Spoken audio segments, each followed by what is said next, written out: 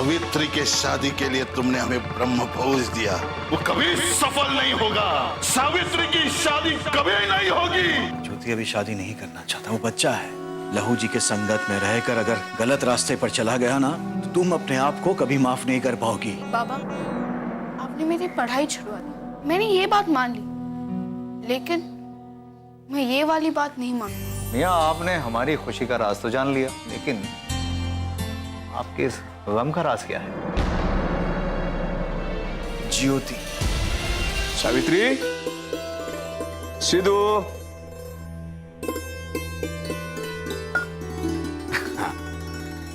ये रहा तुम्हारा खिलौना। धन्यवाद पापा।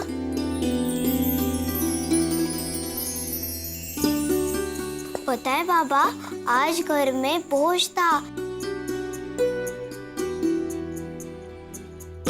इतनी सारी मिठाइयाँ, हलवा और कितने सारे पकवान थे, मुझे तो एक भी नहीं मिला।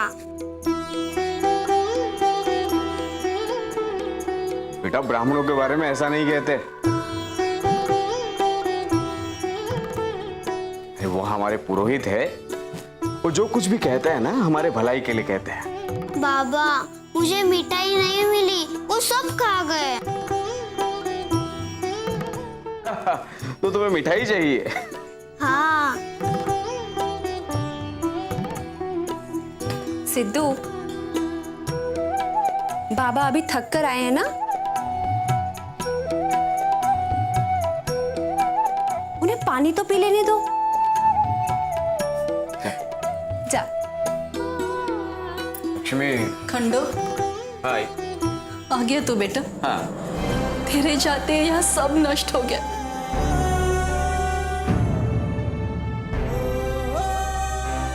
क्या? क्या हुआ? भोज में कोई कमी रह गई क्या? कमी? अरे ऐसी कमी हुई कि पंतु जी हमारे घर से नाराज होकर और हमें श्राप देकर चले गए।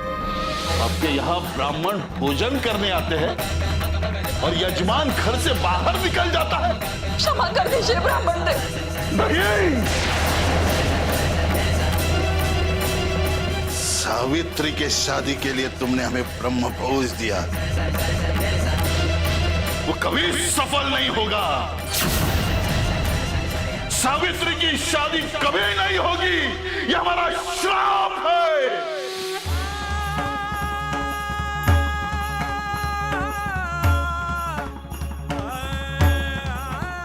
खंडू, मुझे तो इस पर एक ही रास्ता दिखाई दे रहा। तू जा और पंतु जी से क्षमा मांग ले। नहीं है, पंतु जी ने बहुत अनुचित काम किया है। मैं मानता हूं वो ब्राह्मण है, पुण्यवान है, लेकिन आखिरकार वो भी तो एक मनुष्य है।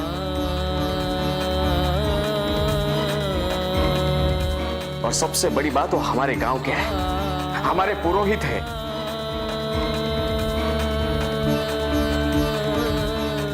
फिर भी उन्होंने हमारी सावित्री को श्राप दिया। मैं कुछ नहीं जानती खंडू, मुझे पता तू जाके क्षमा मांगेगा तो सब ठीक हो जाएगा। आई, क्षमा वो मांगा करते जिनकी गलती होती है। यहाँ गलती भी पंतु जी की और क्षमा मांगने हम जाए उनके पास, नहीं आएंगे। ये उचित नहीं। उचित अनुचित मैं कुछ नहीं जानती। ब्राह्मणों के श्राप से डर खंडो, अगर कुछ ऊंच नीच हो गई तो।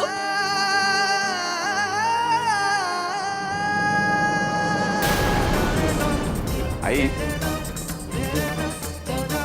डर उसे होता है ना जिसने कोई कुकर्म किया हो।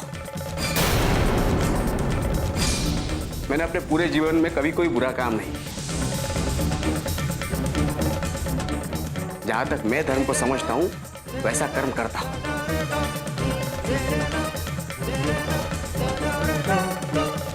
अब मैं भी देखना चाहता हूं किसी ब्राह्मण का श्राप बड़ा है या किसी मनुष्य का सत्कर्म?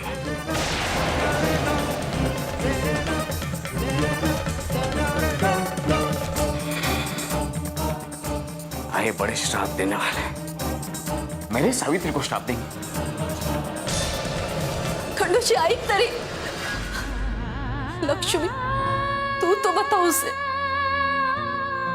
मेरी तो कुछ सुनता नहीं है।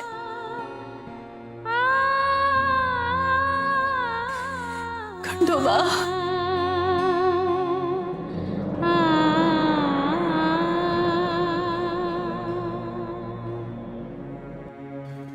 भाऊ ने ऐसी शर्त रखी है कि कुछ समझ ही नहीं आ रहा कि क्या किया जाए।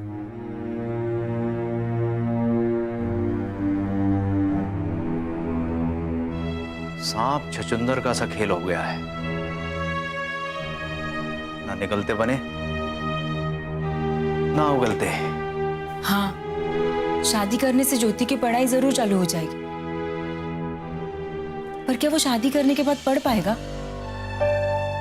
वो कुनबे को संभालेगा या अपनी तालीम हासिल करेगा?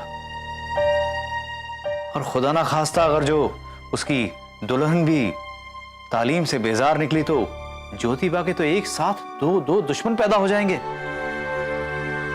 वाह गोविंदराव, क्या खूबसूरत रास्ता इजाद किया है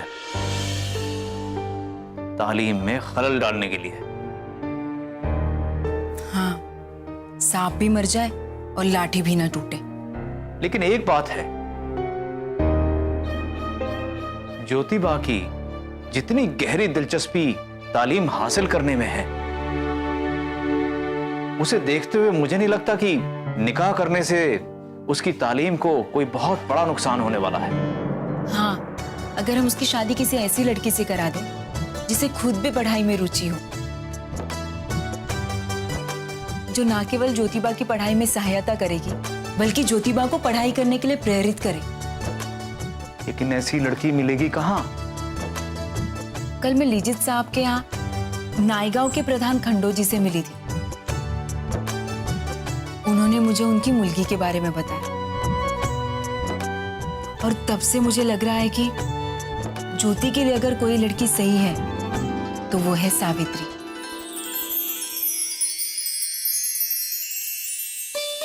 तो इसका मतलब ये है कि हमें गोविंदराव की शर्त मान लेनी चाहिए। हमारे पास कोई और रास्ता भी तो नहीं है।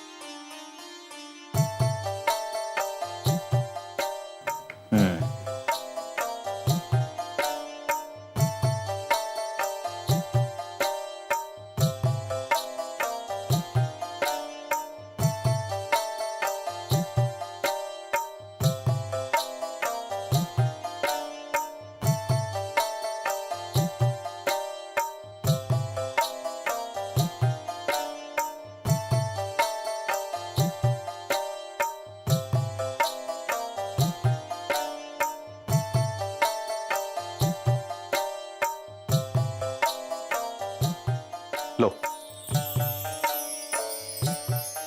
ये ज्योतिबा को दे देना। मेरी तरफ से ज्योतिबा को मुबारकबाद जरूर दे देना।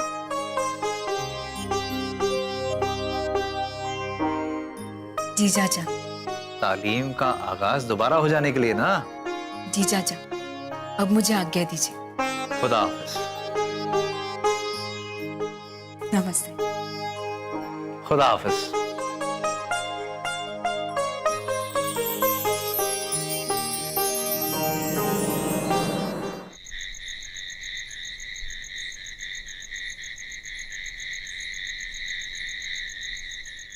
ज्योति,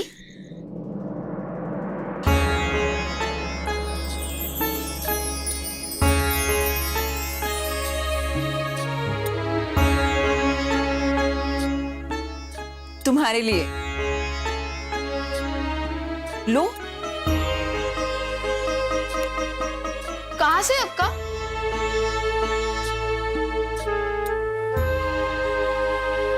बाबा से छुपा के ना?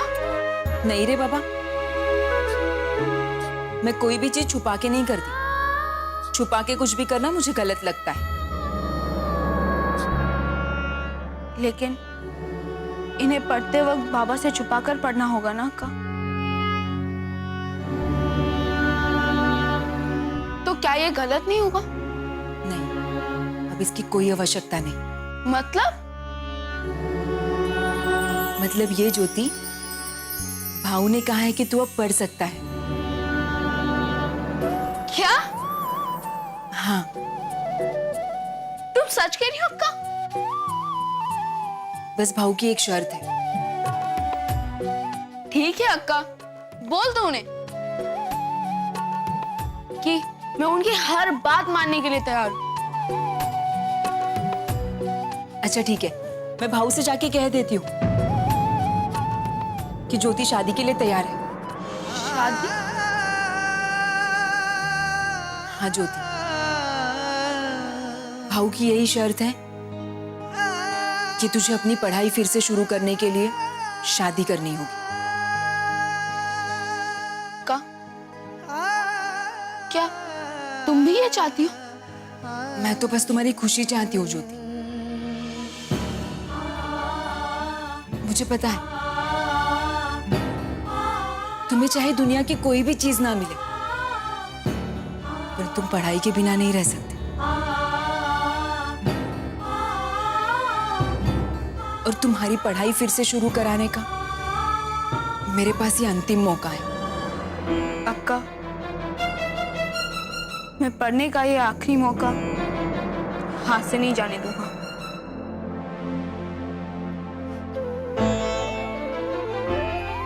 बोल दो बाबा को कि मैं शादी के लिए तैयार हूं।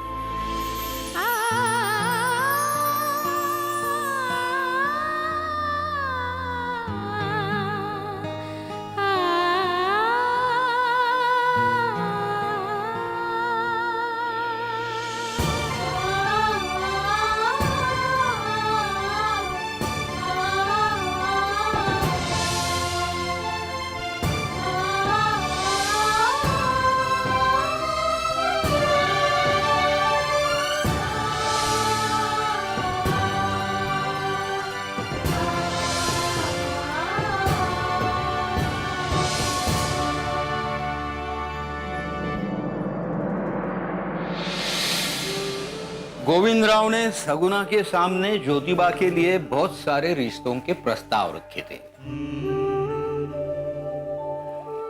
लेकिन सगुना को सावित्रीबाई पहले ही पसंद आ गई थी। जब खंडो जी के यहाँ लिजिट साहब के द्वारा उनका जिक्र सुना था। सगुना बाई बहुत दूरदर्शी थी। वो अच्छी तरह से जानती थी कि अगर ज्योतिबा का विवाह किसी सामान्य लड़की से हुआ तो घर गृहस्थी के कारण उनकी शिक्षा में बाधा आ सकती है। इसलिए उन्होंने ऐसी लड़की का चुनाव किया जो स्वयं पढ़ना लिखना चाहती है। तो क्या गोविंदराव भी इस रिश्ते के लिए तैयार थे? उन्हें रिश्ते से ज्यादा ज्योतिबा के विवाह से मतलब था। वो तो बस जल्द से जल्द ज्योतिबा का विवाह करना चाहते थे। फिर क्या हुआ काका?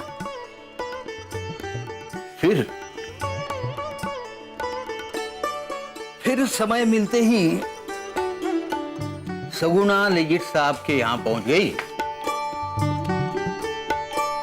और उन्होंने ज्योतिबा और सावित्री के रिश्ते की बात छेड़ी। लिजिट साहब भी इन दोनों परिवारों को भली भांति जानते थे, इसलिए वे स्वयं भी इस रिश्ते को लेकर बहुत उत्साहित थे। उन्होंने बिना कुछ समय गवाए तुरंत ही एक चिट्ठी खंडो जी को लिख दी और अपने नौकर के हाथ भिजवा दी।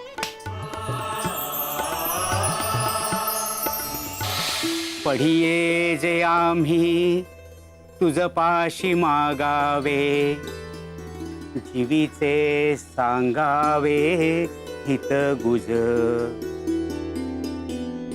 पाळशील लले दीनतो वत्सले विठ्ठले कृपाले जननीये। बाबा, इसका मतलब क्या है?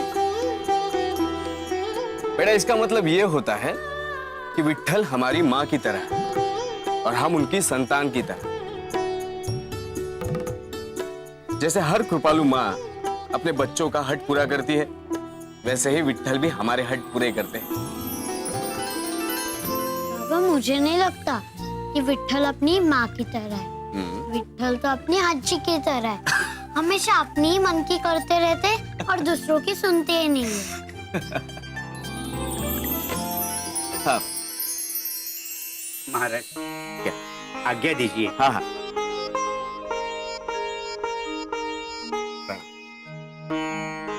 अच्छा सावित्री, सिद्धू तुम्हें बहुत परेशान करता है क्या? क्या कहा उसने? प्रणाम पाटिल। हाँ प्रणाम। मैं लिजिट साहब के यहाँ से। अजीत साहब के यहाँ से? उन्होंने आपके नाम का पत्र भेजा है। हाँ हाँ। अब सावित्री, बेटा पानी लाओ इनके लिए। है, बैठिए ना।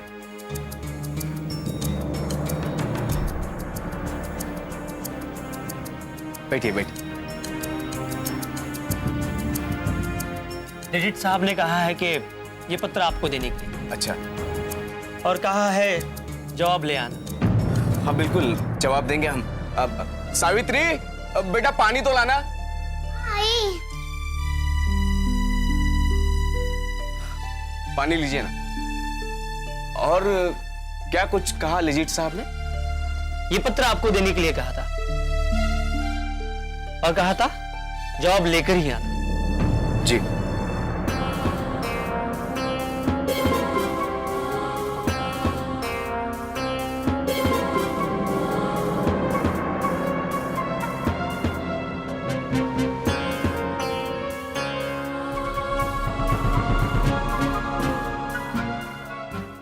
लिजिट साहब ने पत्र क्यों लिखा?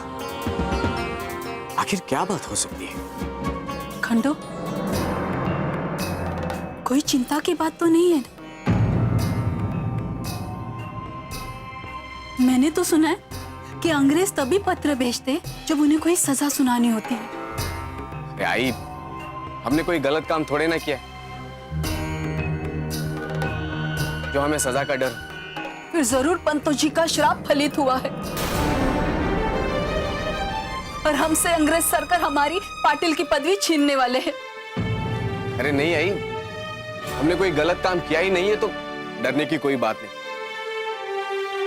मैं हाल ही में लिजिट साहब से मिलकर आया था।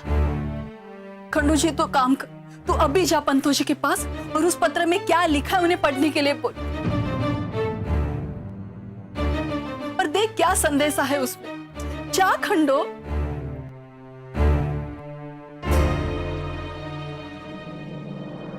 हाय, मैं अभी आता हूं। हाँ बैठिए। खाता हुआ। खंडेराय, पत्र में सब कुछ शुभ हो, सब शुभ हो। सलगम,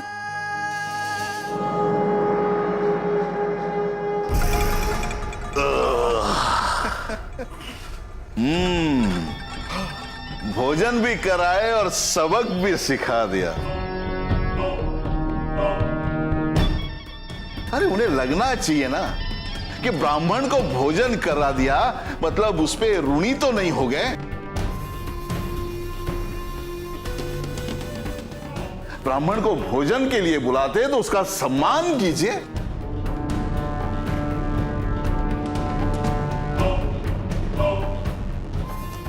ये क्या, ब्राह्मण को भोजन के लिए बुला लिया और यजमान ही अनुपस्थित। लेकिन पंतो जी, आपका श्राप देने का तरीका बड़ा ही अद्भुत था। अरे मानो जैसे धरती ही हिल गई है। पर पंतो जी, क्या आपका श्राप सच होगा? नहीं मतलब क्या सावित्री का सच में विवाह नहीं होगा? अरे बोरकर, क्या तुम इतना सच के पीछे पड़े रहते हो? क्योंकि सच का स्वरूप ही ऐसा है। अगर हम सच के पीछे नहीं पड़ेंगे तो सच हमारे पीछे पड़ जाता है। मूर्ख, तुम ये भूल रहे हो कि हमारे पास दैवी शक्तियां हैं। हमारे जीवा पर सरस्वती वास करती है। हमने जो कहा वो जरूर होगा, और अगर नहीं हुआ तो भी यजमानों को डरा कर रखना हमारे लिए अनिवार्य है।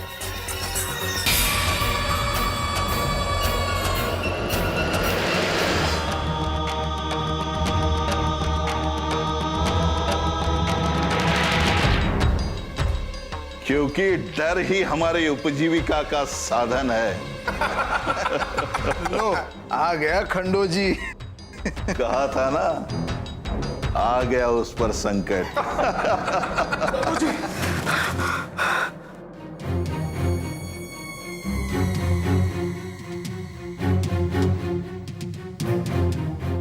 पंतु जी, लिजिट साहब का पत्र है मेरे नाम से। मैं समझ नहीं पा रहा हूं इसमें क्या लिखा है। आप क्या आप पढ़ के दिखाएंगे? अब अंग्रेजों का पत्र आया है तो तुम्हारी राजी खुशी तो नहीं पूछी होगी उन्होंने, ना कि तुम्हारे लिए कोई रिश्ता भेजा होगा।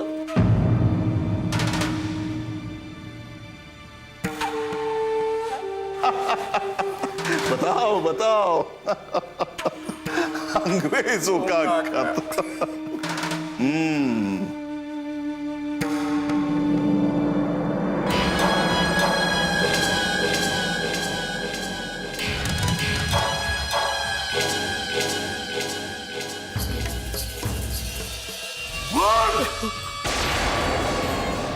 तुम्हें किसने कहा था पत्र पढ़ने के लिए? अरे मैं झूठ मूठ कुछ पढ़कर ये रिश्ते की बात छुपा देता। मेरे लिए क्या आज्ञा है सरकार? मैं लिजिट साहब से जाकर क्या कहूँ?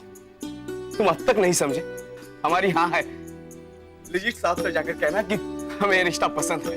कोई चिंता की बात तो नहीं है ना? खाई, कोई चिंता की बात नहीं। तू जो चाहती थी ना वो सच हो रहा है। मेरे मुलगी का विवाह तय हुआ।